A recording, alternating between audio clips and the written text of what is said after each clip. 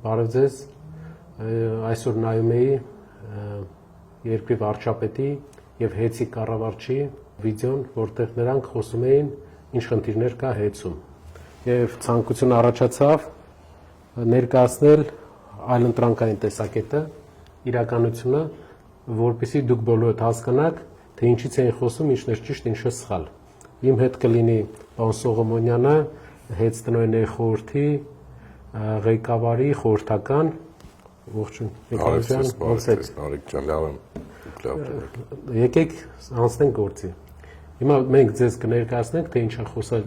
Նիկոլ Փաշինյանն ու Ռոմանոս Պետրոսյանը և նաև կներկայացնենք, թե որն է իրականությունը։ Ինչու ենք էսի անում մենք, որովհետև երբ նայում ես վիդեոն, դու սենց կասկած առաջանում մոտդ, սկսում ես կասկածել, կարող է մի բան է ինչի, ուզում եմ կետ առ կետ անցնենք, որ բոլորը տեսնենք, թե որտեղ մի բան է ինչի։ Ի սկզբանե բարձր ղեկավարության, մասնաճյուղի տնօրենների, գլխավոր տնօրեն և տեղակալների կարգավճարները վերջիններիս կամովին հրաժարվելու արդյունքում մի քանի տասնյակ միլիոն դրամի խնայողություններ ձևավորվեցին։ Առաջինը պատում են նրա մասին, որ ՀԵՑ-ում աշխատավարձերը ցածր են ու իրենք ստանալով Սամվել Կարապետյանի կողմից աշխատավարձ, պարգևավճարներից հրաժարվել են և հնարավորություն են ստեղծել աշխատավարձ բարձրացնել։ Հարգելի հայրենակիցներ, ՀԵՑ-ում աշխատավարձը որոշում է հանրային ծառայությունների կարգավորող հանձնաժողովը, որը արգելում է ավելի բարձր աշխատավարձ վճարել։ Նույն ԲԵՑ-ում նույն աշխատավարձն է, եթե դուք այդպիսի լավ տրամադրվածություն ունեք մարդկանց հանդեպ, որ ուզում եք աշխատավարձ բարձրացրեք, ԲԵՑ-ում ինչու աշխատավարձը նույն չափ, ինչքան ՀԵՑ-ում, որտեվ նույն հանրային ծառայությունների կարգավորող հանձնաժողովն է որոշում։ Ասեմ ավելին, ի տարբերություն ԲԵՑ-ի, ՀԵՑ-ում վերջի տարիների ընթացքում Սամվել Կարապետյանը իր անձնական միջոցներից 11 միլիարդ դրամ է հատկացրել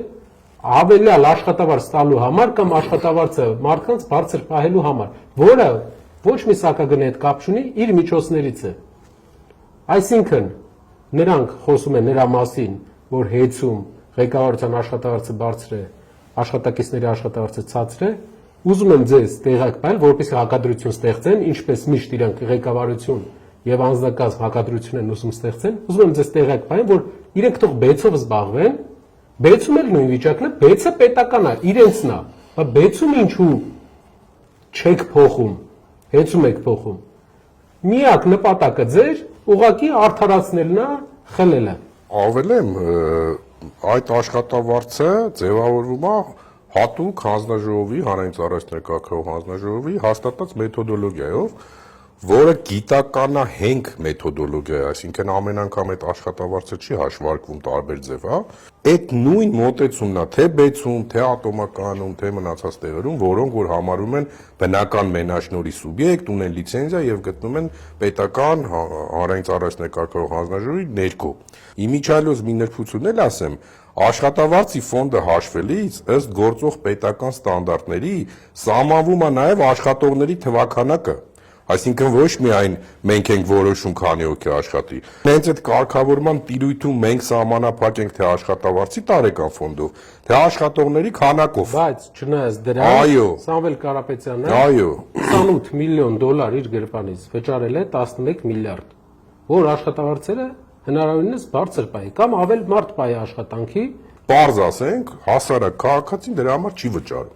Հասարակ քաղաքացին հավելյալ աշխատավարձերի համար չի վճարում, վճարում ենք մենք, վճարում է Սամվել Կարապետյանը իր միջոցներից։ Անցնենք երկրորդ կետին։